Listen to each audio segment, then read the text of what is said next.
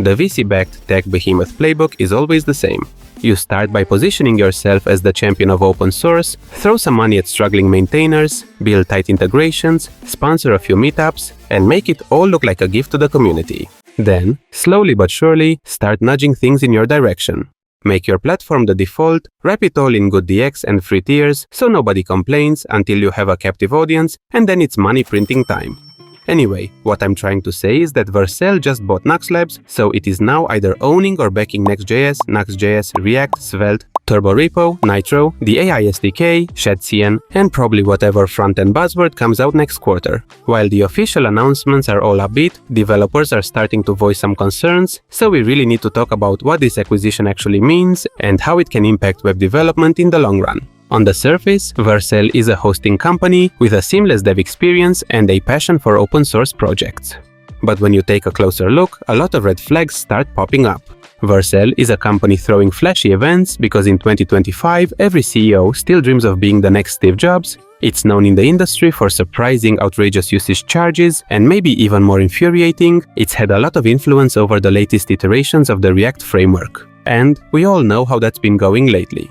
The fact that Vercel now has a direct hand in shaping both Next.js and NuxtJS means that two of the biggest meta frameworks are now effectively under the same roof. So if you're building a modern front-end app in 2025, there's a very real chance that every layer of your stack, from the framework to hosting to the database and even the AI assistant, are all touched by Vercel.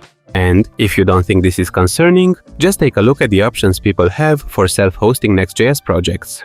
You'd think being open source would make self-hosting straightforward, but in practice, deploying Next.js without Vercel is a headache. Features like image optimization, middleware, serverless functions, and React server components are deeply tied into the Vercel platform, so as soon as you step outside the Vercel ecosystem, you start losing functionality. And this is the captive audience issue I was mentioning earlier. I can easily see a future 5 years from now where some core part of Nuxt only runs optimally on Vercel because that's where the development focus was quietly guided by the company with the big bucks.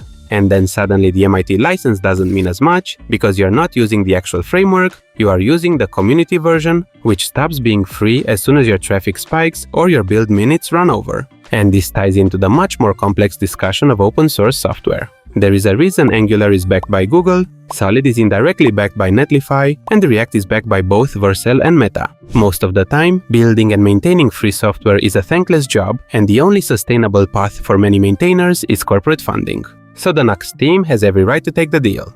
Nobody should fault them for wanting stability, salaries, or a break from the constant hustle of sponsorships and side consulting.